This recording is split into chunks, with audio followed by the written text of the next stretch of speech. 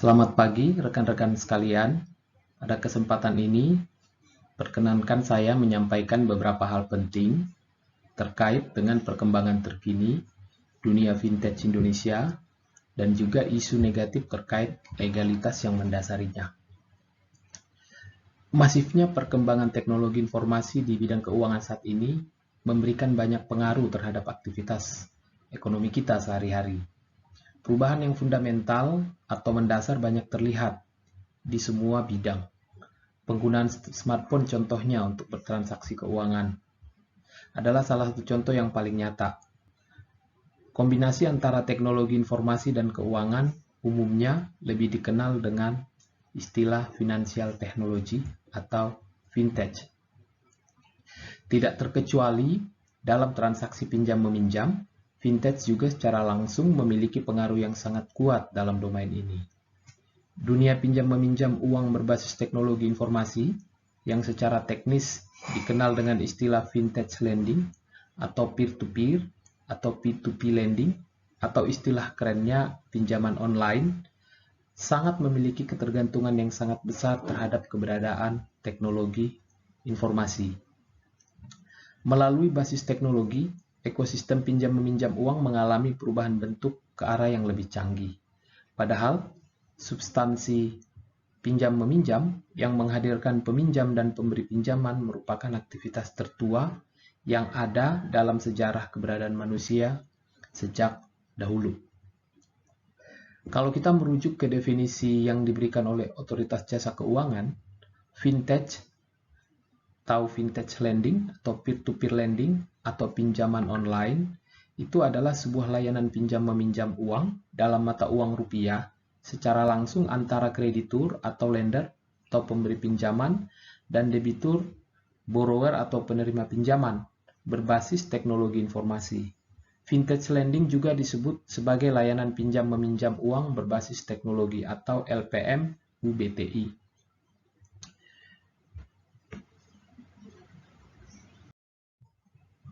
Dunia pinjam-meminjam online di Indonesia juga mendapatkan dukungan yang sangat kuat dari pemerintah. Pada tahun 2016, Otoritas Jasa Keuangan atau OJK menerbitkan regulasi yang mengatur tentang pinjaman online, yaitu Peraturan Otoritas Jasa Keuangan POJK nomor 77-POJK.01-2016 tentang layanan pinjam-meminjam uang berbasis teknologi informasi. Dukungan regulasi pemerintah di atas bersama-sama dengan kemajuan teknologi informasi menciptakan pertumbuhan ekosistem yang sangat fantastis. Berdasarkan data OJK per Maret 2021, terdapat 148 perusahaan vintage terdaftar maupun berizin di Indonesia.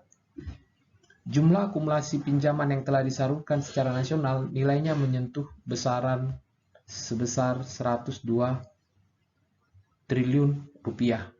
Angka ini mengalami peningkatan sampai dengan 208% year on year dibandingkan tahun sebelumnya. Jumlah pihak-pihak yang terlibat dalam transaksi pinjam-meminjam online juga mengalami peningkatan yang sangat signifikan. Angka peminjam juga melonjak sangat tajam, sampai dengan sekitar 24,1 juta rekening peminjam. Ini setara dengan 9% dari populasi penduduk Indonesia. Jumlah ini meningkat 246% year on year dibanding tahun sebelumnya. Begitu juga dengan pemberi pinjaman juga bertumbuh sampai dengan 134% year on year dari tahun sebelumnya dan menyentuh angka 640.000 pemberi pinjaman. Peningkatan yang sangat tajam dari sisi peminjam dan pemberi pinjaman setidaknya sebenarnya memberikan sinyal yang menggambarkan betapa kepercayaan para pelaku di dunia pinjam-meminjam online bergerak menuju ke arah yang menggembirakan. Namun, di balik potensi vintage dalam dunia pinjam-meminjam, seperti tadi yang sudah saya sampaikan di awal, terdapat juga beberapa isu negatif terkait legalitas yang mendasarinya.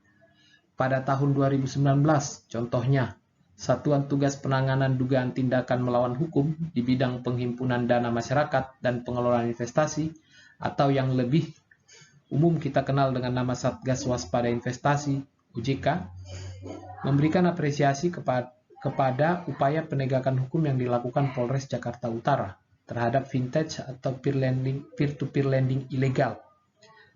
Tindakan penegakan hukum oleh Polres Metro Jakarta Utara dilakukan terhadap PT Vega Data Indonesia dan PT Barakuda Vintage Indonesia.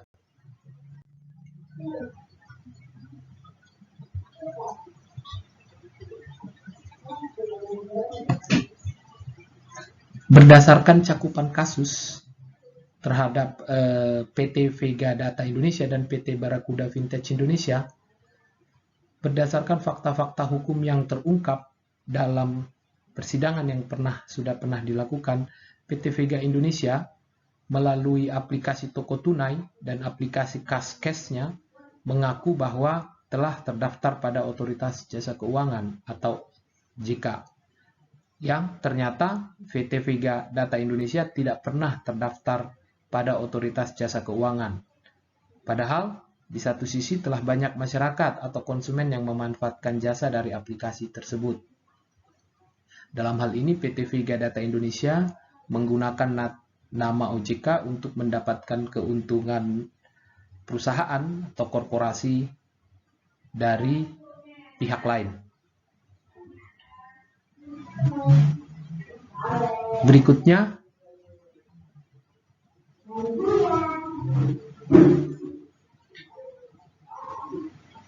mengutip dari IDN Times dari Dini Sucianingrum, tanggal 5 April 2019, Satgas Waspada Investasi OJK mengatakan bahwa menjamurnya vintage ilegal yang terus muncul karena ada permintaan yang tinggi dari masyarakat.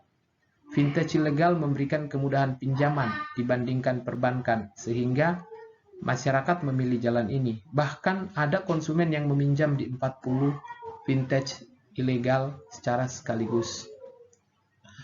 Mengapa vintage ilegal ini menjamur?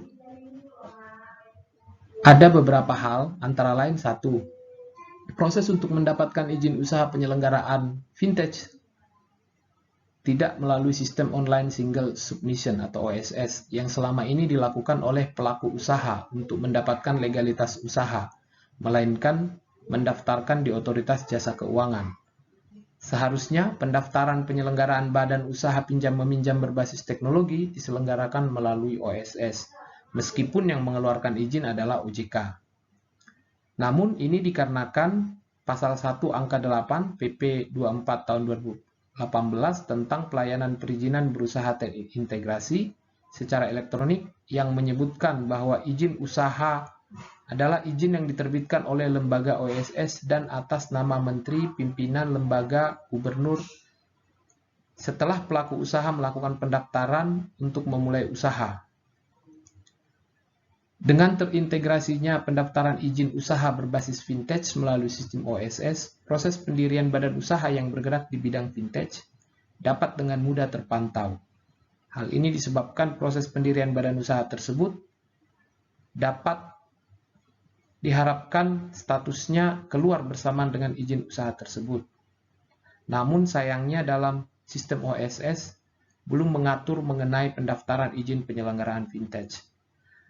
Oleh karena itu, terintegrasinya layanan pendaftaran perizinan, khususnya vintage lending di OSS dapat mempermudah perusahaan untuk mendaftarkan badan usaha terkait. Ini membuat atau akan berujung kepada minimalisir tumbuhnya vintage ilegal. Kemudian, yang kedua, dalam peraturan POJK nomor 77 tahun 2016 tidak mengatur mengenai batasan suku bunga yang dapat diberikan kepada debitur. Hal inilah yang memicu timbulnya vintage ilegal terus berkembang, sehingga motivasi dari perusahaan adalah bagaimana mendapatkan keuntungan yang sebesar-besarnya tanpa memperhatikan suku bunga. Mengingat tidak ada batasan suku bunga yang diatur untuk perusahaan vintage lending ini.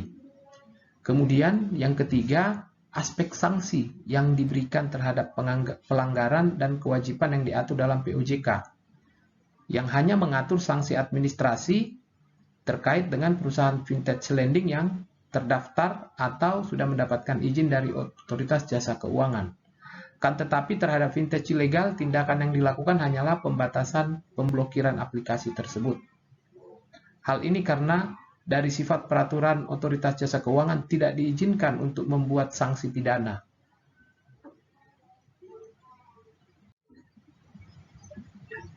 Dalam kasus di atas ada 5 tersangka, 3 warga negara asing dari China dan 2 warga negara Indonesia, yang terdiri dari direkturnya, kemudian warga negara asing, operasional perusahaan terkait SDM keuangan dan administrasi, warga negara asing, koordinator desk collection-nya, warga negara asing, sementara debt collector dan supervisornya, warga negara Indonesia. Kasus PT Vega Data ini terjadi di wilayah hukum Pengadilan Negeri Jakarta Utara, di mana PT Vega beralamat Ruko Pluit Village nomor 77, Jalan Pluit Indah, Kelurahan Pluit, Kecamatan Penjaringan, Jakarta Utara. Dan kasus ini terekspos pada tahun 2019. Bagaimana PT Vega Data Indonesia memulai melakukan tindakan yang merugikan para konsumen dimulai pada akhir tahun 2018, di mana Feng Qiang alias Olivia bersama-sama dengan Cui Kuan alias Jason dan perusahaan dari Singapura mendirikan PT Vega Data Indonesia yang berkantor di Ruko Pluit Village, Pluit Indah, Kelurahan Pluit, Kecamatan Penjaringan, Jakarta Utara. Perusahaan ini bergerak di bidang call center yang mencakup customer service, telemarketing, dan desk collection atau penagihan utang. Feng Qiang alias Olivia di PT Vega Data Indonesia memiliki saham sebesar 1% atau sebanyak 25 lembar saham, sedangkan sisanya 99% dimiliki perusahaan dari Singapura. Berikutnya, PT Vega Data Indonesia sejak tahun 2018 sudah terdaftar menjadi penyelenggara layanan pinjam-meminjam uang berbasis teknologi informasi LPM UBTI yang melayani jasa pinjaman secara online untuk masyarakat di seluruh Indonesia dengan nama Toko Tunai. Dalam menawarkan pinjaman, PT Vega Data Indonesia telah menyatakan bahwa pemberi pinjaman uang melalui aplikasi Toko Tunai dan aplikasi Kaskas telah diatur dan diawasi oleh otoritas jasa keuangan. Dalam menyediakan pinjaman aplikasi pinjaman uang berbasis teknologi informasi kepada masyarakat tersebut, pihak PT Vega Indonesia melalui karyawan menyebarkan link aplikasi Toko Tunai dalam link aplikasi Kaskas ke nomor handphone yang dimiliki masyarakat melalui SMS secara acak. Kemudian juga disebarkan melalui media sosial Facebook sehingga masyarakat yang menerima link aplikasi Toko Tunai dan link aplikasi Kaskas tersebut dapat mengaksesnya.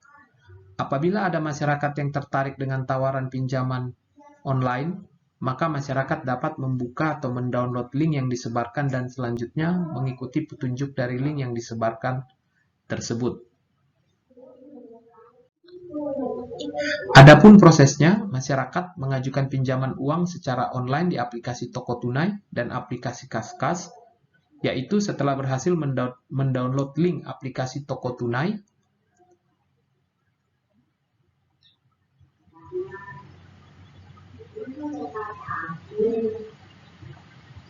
akan muncul pilihan install atau batalkan. Apabila masyarakat memilih menginstal, maka memasukkan nomor handphone. Setelah itu, pihak PT Vega Data Indonesia selaku penyedia jasa pinjaman akan mengirim SMS berisikan kode verifikasi. Selanjutnya, kode verifikasi dimasukkan ke proses pendaftaran dan setelah pendaftaran berhasil, maka masyarakat atau yang hendak meminjam uang mengisi data-data dan foto KTP, serta foto peminjam yang sedang memegang KTP, dengan syarat dan ketentuan dalam aplikasi konsumen wajib untuk tunduk dan patuh kepada peraturan Kaskas. Pihak Kaskas berhak untuk mengambil data pribadi calon konsumen, yaitu seperti memberikan izin untuk mengambil data pribadi, memberi izin untuk mengambil data kontak telepon, dan memberikan izin untuk mengambil gambar foto yang ada di dalam perangkat handphone. Selanjutnya, Setelah itu calon peminjam mengisi data diri lengkap, memasukkan kontak darurat atau kontak orang terdekat, memasukkan nomor rekening untuk menerima dana pinjaman dan menyetujui pinjaman. Berikutnya, dalam syarat dan ketentuan aplikasi menyatakan bahwa aplikasi Kaskas sudah diatur dan diawasi oleh otoritas jasa keuangan. Setelah syarat dan ketentuan disetujui, baru aplikasi ini bisa diinstal dan pinjaman bisa dicairkan. Potongan biaya administrasi di awal berkisar di antara 10-35% dan diberlakukan denda keterlambatan. Jumlah pinjaman yang disalurkan dalam tahun 2019 kurang lebih 83 miliar dengan total nasabah kurang lebih 102.435 orang. Dan PT Vega Data Indonesia mendapatkan keuntungan yang tidak fair dari konsumennya dengan menggunakan izin menyatakan bahwa PT Vega Indonesia sudah diberikan izin oleh OJK sekitar 10-35% dari total 85 miliar.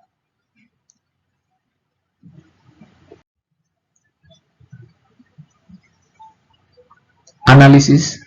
Variabel utama yang menonjol dalam tindakan kecurangan di atas erat hubungannya dengan aspek peluang dan rasionalisasi. Dari sudut pandang peluang, PT Vega Data Indonesia memanfaatkan celah peluang. Yang pertama, izin tidak harus melalui sistem OSS. Kemudian yang kedua, POJK nomor 77 tahun 2016 tidak mengatur mengenai batasan suku bunga yang dapat diberikan kepada debitur vintage. Yang ketiga, aspek sanksi yang diberikan terhadap pelanggaran vintage ilegal relatif ringan.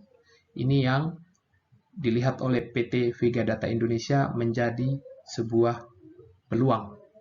Berikutnya, rasionalisasi. Dalam perspektif ini, PT Vega Data Indonesia menganggap bahwa aktivitas yang mereka lakukan dianggap murni bisnis yang saling menguntungkan di antara peminjam dan pemberi pinjaman.